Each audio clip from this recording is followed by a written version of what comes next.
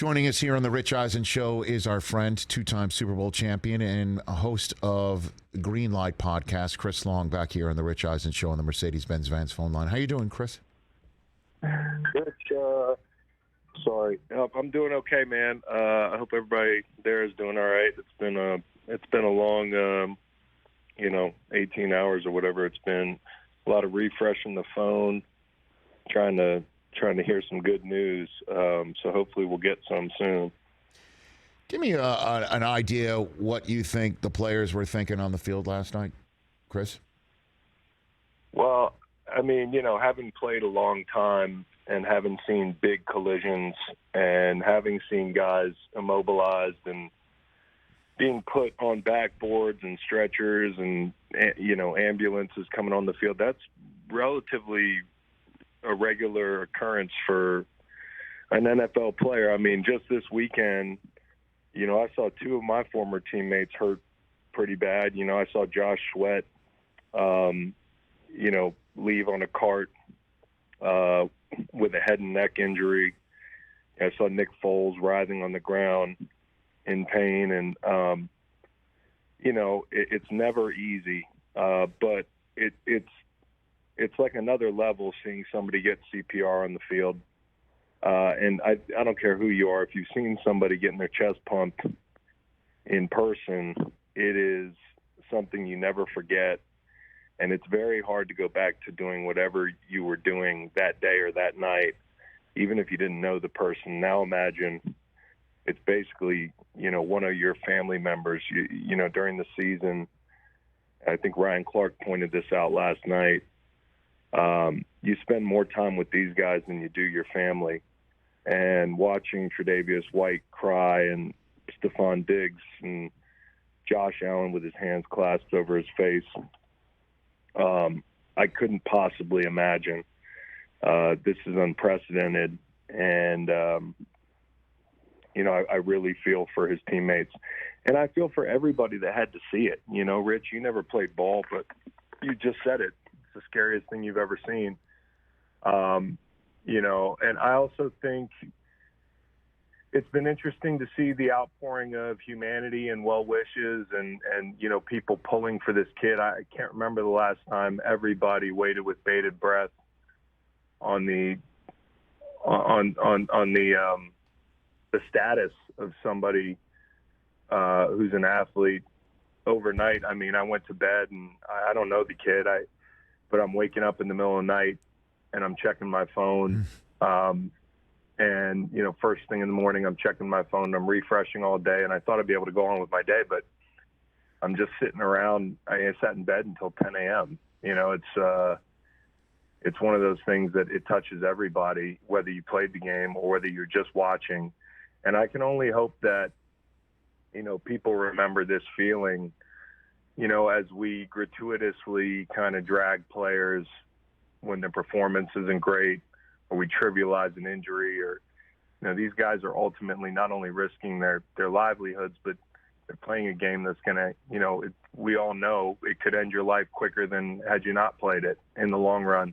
But when you see it in person, and as somebody who had, my mom would take the red eye to our games, go to my brother's game in Oregon and go red eye to St. Louis, and just my parents and everything. I talked to them while Damar was on the field, and I just thought about having to ride to the hospital with your son, and he's not breathing on his own.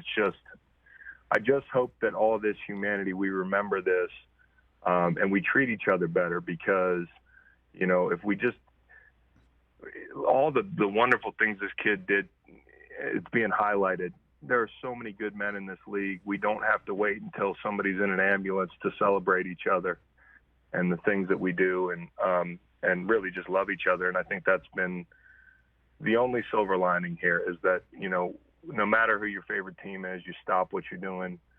And I don't mean to give people a cookie for being decent, but we have it in us, Here, man. Here on everything you just said. And, first thing my wife said to me this morning when I got out of bed, because she knew I'd already probably looked at my phone, she says to me, how's the kid? Is what she said. Yeah. And so, because we're all, that waiting with bated breath, as you point out. And it's fascinating, Chris, that you mentioned you and your brother and your mom and your dad, because I literally thought of you guys last night, because I'll never forget interviewing your dad one year at the Hall of Fame. And I think the Bears and the Rams were slated to play each other, or the Bears and whichever team you were on at the time were slated to play each other. And I said to your dad, I'm like, hey, are you and your wife going to go to that game like the Mannings and, wear one jersey of one kid and another jersey of the other kid? And your dad said to me, quite the opposite. Like, our hearts are going to be in our throats, because I know every snap's a car crash in the NFL. Yeah. Is what he said. And I swear to you, Chris, I thought of that last night when this was happening. Yeah. And of you and your family. And, Pops called me, and I think it's like an unspoken thing. Like, as soon as I saw the phone ring, I'm like, okay, we're thinking about how we would react in this situation. And it's unfathomable. But, this is a dangerous game. We all sign up to play it. I think this is a freak thing. This hasn't happened before. I don't think we should stop playing football in the long run. I don't think, I don't think we need to think about who's going to play this weekend or when they're going to reschedule this game. Like, I don't care. I don't think the players care either. With everything that happened at Virginia this fall, and those three young men being murdered, those kids were given a choice whether they were going to play their game against Virginia Tech. And that's a whole different type of tragedy. Certainly I'm not drawing a close parallel, but, these players are human, and, those guys voted not to play the game. And I completely respect that. And my thoughts turn to, the Bills and the Bengals, and it just seems so trivial, even considering, when the game's going to be rescheduled and if it's rescheduled at all. And there are a lot of real issues that the NFL has to work through, but I don't think until the status of Damar, that you can make any of those decisions. And I don't envy that task. Chris Long here on the Rich Eisen Show, and you just mentioned again the mental aspect of playing this game and what players have to do as humans to get ready to play it. And I do want to linger on that issue with you and the mental health part of it, and the commissioner's memo to all teams about the status of the game and how they're not going to play it this week and they'll figure it out down the line.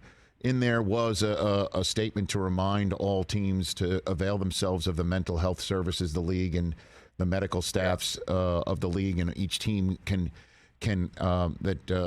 provide, and to avail themselves of it. And I kind of just want to ask you about what you have to do to get ready to play a game, and how tamping down the threat of violence and significant injury has to be tamped down, and how last night watching the CPR on the field kind of removed whatever veil every player has to create in their minds. Is that an accurate assessment or description of it? I think we do have to do that. I think ultimately over a period of years and the repetition of it, you kind of build up this callous, this callousness where you're not thinking about those things. You can't think about those things and take the field and do what we do. Because if you do, you're more likely to get hurt. And you're out there 100 miles an hour. It is a bunch of car crashes, as my dad put it.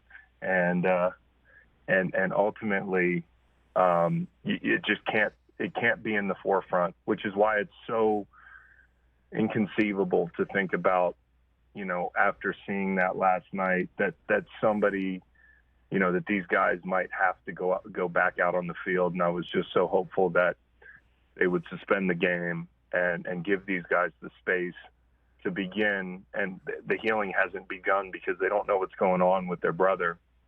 But there will be a period of healing for these guys. I mean, this is real trauma to see something like that. I don't know what was going on exactly inside that circle, but I'm glad I don't have to see that in person. I don't think that would leave my consciousness. And for somebody like, T. Higgins, who bears no blame here, he's playing football.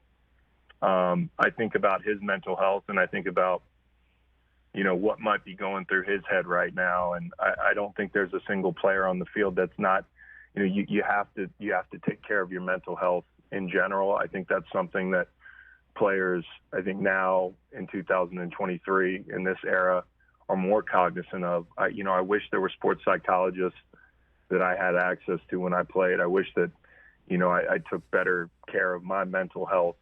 But certainly now, I think players, whether they were on the field last night or not, are going to need to look out for themselves here over the coming weeks. And this is something that's certainly going to stick with the guys that were on the field. I just pray that it's a good, it's as good an outcome as we can hope for. And then that healing process is a bit easier. This kid, and again, I say this, there's so many guys in the NFL who are great people. And it took this tragedy to learn more about this kid.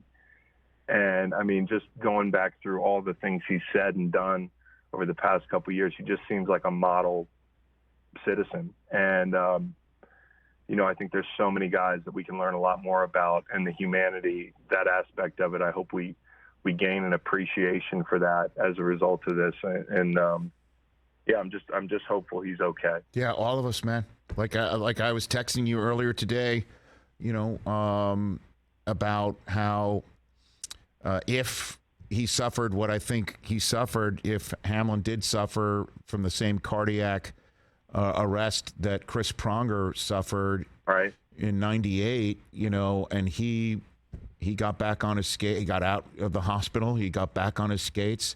He made the Hall of Fame. Like, this is the sort of hopefulness that I'd love to give out while we're waiting. You know what I'm saying? Yeah, and I know Chris Pronger, and he had an amazing career after that. And seeing that video last night kind of surfacing again, it's so scary.